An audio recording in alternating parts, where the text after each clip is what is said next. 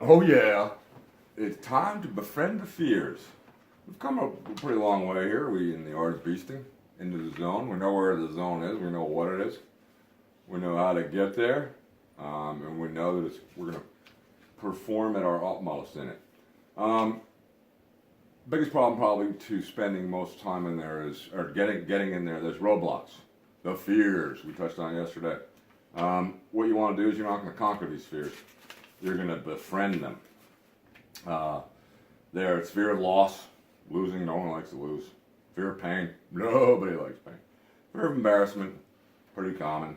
Although I'll tell you, the only one who's embarrassed, the only one you're embarrassed in front of is yourself for the most part. And fear of failure, which keeps a lot of people on the bench. Period. So there's nothing fancy about these fears. We all have the same ones, which simplifies the act of getting a handle on them. And yes, welcoming them. Jeez, what a tough word. Welcoming them into our lives. So, it's a bit odd to add fear to one's circle of friends, but all the big boys did it. Jordan, Kobe, Stephon Curry, etc., etc. So understanding these fears is the key to befriending them. First, we'll take a look at fear of loss. Now, we know that there's no winning without losing. So you need one for the other. If you need one for the other, you really can't condemn one and just follow the other. So there's no sense in if you have a win-loss situation, you can't condemn the loss. You have to work with it. And you certainly can't fear it because that's just going to keep you on the bench. You're not even going to get off the bench if you fear losing. And even if you do lose, there's 50 different ways to win. Let's take a look at the handshake line in lacrosse. If you're walking down the handshake line, keep your head up, smile, fist bump, go, great game, great game, great game. You lost, but you act like you won a little bit. Not that you won. You won spiritually because you know you're going to go and take this loss and put any energy that you have and anger into effort in the next game. All right. So, but here you are on the line. You're going great game, great game, great game. Fist bumping the other players. You will have a tree. This actually serves as a sweet victory because the other team is going to wonder what the heck happened. They thought they beat you.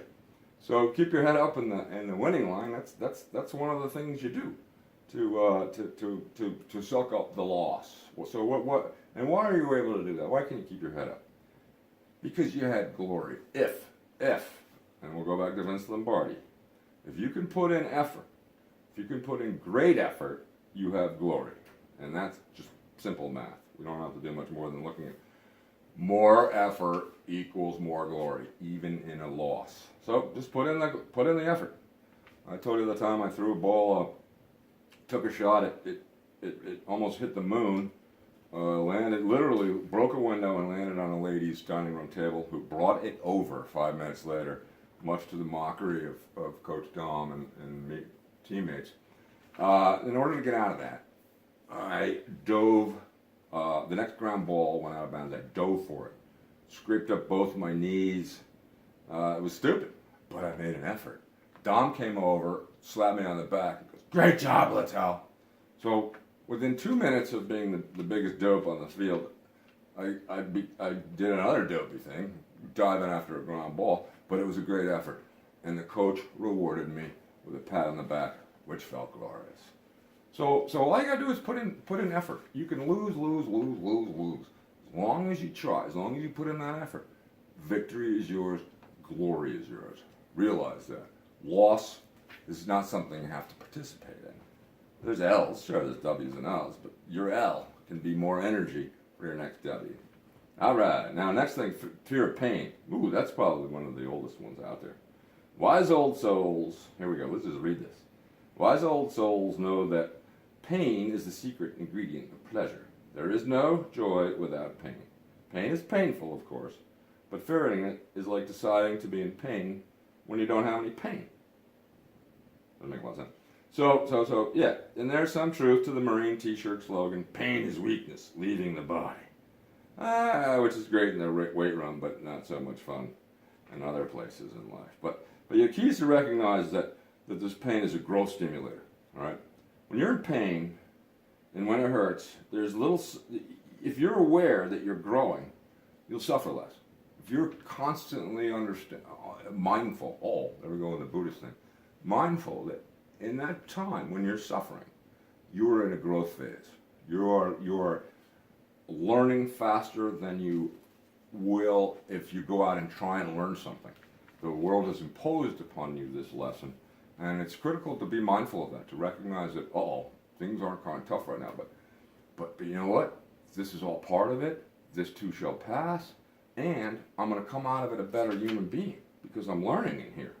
So when you're suffering, when you see that when pain is coming, no question about it, but you kind of got to look at it as an opportunity to get stronger, and it's best to think about that before you get into pain. So you lock in that understanding of what's happening beforehand. You got your now let's take a look at Phil Jackson, Pete Carroll, the Seahawks. They're huge on the whole pain and gain cycle, and mindful trading. They use it. We've talked about it here. Getting into that sweet spot. What for sports purposes? Let's call it ultimate clarity. 2,500 years ago, this whole process started, and it brings us to it's a long developed. We might as well take advantage of all this knowledge that they've put together over the years. Now, in terms of that suffering, moving, recognizing that when you're suffering, you're actually learning and gaining. There's a great book by a guy, Noel Yuval Harari, called *Sapiens*. It kind of breaks down the zone sweet spot real nicely. It says, those who have attained, talk about nirvana, which is, part of the 2,500-year-old process here. Are we looking for nirvana on the field? Not really. But there's some lessons in here. This is from Mr. Harari. Those who have attained nirvana are fully liberated from all suffering. They experience reality with the utmost clarity, free of fantasies and delusions. That's the zone. So what we're talking about here is reaching that state of nirvana, which is essentially not thinking in the moment.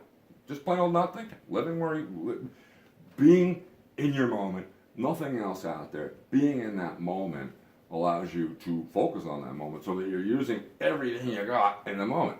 If you're thinking about X or Y or B, or you should be doing this, or maybe you should have gotten that, it fogs up the head. You gotta get rid of all that stuff. Right now, what am I doing right now? That's the question you ask yourself.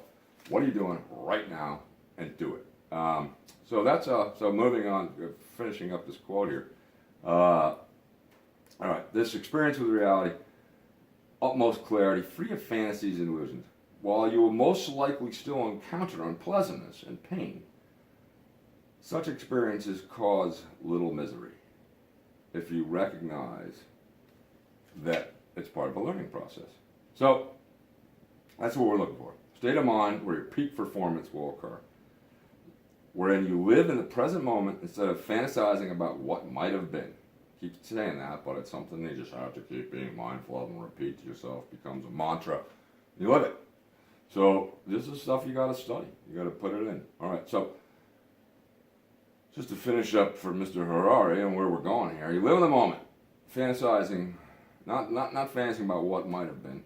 The resulting serenity is so profound that those who spend their lives in the frenzied pursuit of pleasant feelings can hardly imagine it. So there's a little bit of what's happening. You're not craving other feelings when you're on the face-off acts. You listen to Greg; his entire focus is in there. When I went to the cage, I kind of blacked out. I didn't know what else was happening. I learned to stop thinking completely. But the idea is you're not looking. Don't crave all the pleasant feelings when you're in this situation, in the moment. What you're craving is to excel in that moment. You don't think about other things. What should have been, what could have been, what might be. All right. So that's pain, and part of this process here, as Phil Jackson said to Oprah, is we need to build our mental strength so we can focus, so that we can be in concert with one another in times of need. So here he is talking about need and about an athletic athletic endeavor. That need is teamwork, when you have to give yourself to a greater cause. And it's a lot easier to do that when you're just focused on the immediate moment, and what the moment is trying to win, and it's best to bring your teammates along with you. As and it's interesting. You do have to open up. You do have to think about this stuff. As a great poet once said, "The wound is the place where the light enters you." So we'll leave that as the end of our discussion of how to overcome fear of pain. That wound is where the light will enter you. So use your logic. Skip the fear of pain. Recognize that it's actually going to help you in the long run. Okay, so next thing, embarrassment. This is huge for lacrosse players, ballers, and kids in general. When you get to my age, you're pretty much not embarrassed of anything. But I did not do a lot of things in my youth because I was embarrassed about being embarrassed. Now, let's just read it right here. Regarding fear of embarrassment, it is important to note that folks surely respect you for your talents and strengths. They do. They love you for your strengths. But that's not what. No. They respect you. I'm sorry. But they love you for your flaws. That's what makes you interesting. Your quirks, your idiosyncrasies, your little flaws. Perfection is not only overrated. Actually, we have a little quote right here on that. It is. It's just not going to happen, according to Salvador Dali. Perfection is great. It's just not possible. So there's no point in going after something that doesn't exist. So all right, but mostly, let's talk about embarrassment a little more. In other words, you're really the only one who imposes embarrassment on yourself. It's overrated because nobody really cares. You're the only one who cares about whether you're embarrassed or not. Other people, sure, they actually like to see people make mistakes. It makes them human, makes them vulnerable. And when you're vulnerable, you're a lot more attractive to people for whatever reason. But you have your inner strength, but unless you're vulnerable, you don't come off as real. Okay, so we're talking about we do admire winners, but frankly, we tend to befriend the others. You're going to make friends when you're being knocked on the ground with a tuft of dirt in your mouth and sticking out of your helmet's ear hole. Yep, the pathetic phase, if you will. That's when your bonding takes place. That's where the solidarity is. So next time you sense an embarrassing situation coming, embrace the awkward, because that's when the benefits of friends begins. Or simply recognize embarrassment for what it is. Your own expectations applied. Just know that nobody else really cares. So embarrassment's your own thing. You don't really need to be embarrassed. Nobody cares. In fact, you do something wrong, people are going to actually come over and be interested, attracted to you, and as is all human nature, want to help out a little bit. So embarrassment, way overrated. All right. Some of the best players I've played with, all Americans, world team, 4-year, blah blah blah. They're nervous wrecks, no doubt about it. One of the best players I ever played with, Billy Albert, he threw up before every game. It didn't make a lot of sense to me, but they didn't really care about. They'd tell you, they'd throw up and they'd tell you, they didn't care. They really didn't care. The whole team would watch them power boating, and they were like bulls though, in the rodeo pen. They're just itching to get out there, itching for that gate to open it, and it didn't matter to them how these are the top players on the world. They didn't mind being seen throwing up on the way to throwing up pretty much every game. So again, no reason. The best guys do the most embarrassing things. So why would the rest of us who are trying to be the best guys not be embarrassed in the first place? So all right, no reason to and another thing, interesting. I think there's a little bit of a pressure issue coming from wrong angles. You see a kid make a mistake on the field. He puts his head down, or he throws his stick down. He's not responding himself. He's usually responding to say, someone in the stands who has expectations for him. These aren't the kids' expectations. These are external expectations, and it's the worst thing to do. If you make a mistake on the field, never throw your helmet down. Never. And cursing doesn't even make any sense. Just take that energy and put it into the ground ball, because it's not really. Those are external pressures that you think that you've done something wrong, but in the eyes of somebody else. But that's illogical. So, yeah, Schadenfreude is real. People like to see mistakes, but they want to help you get out of it. That's one of the whole keys. All right, so let's do the last one. Fear of failure. Good old Vince Lombardi again. There's the quote right there. In great efforts, it is glorious even to fail. All right, so there's no reason to feel failure whatsoever. All right.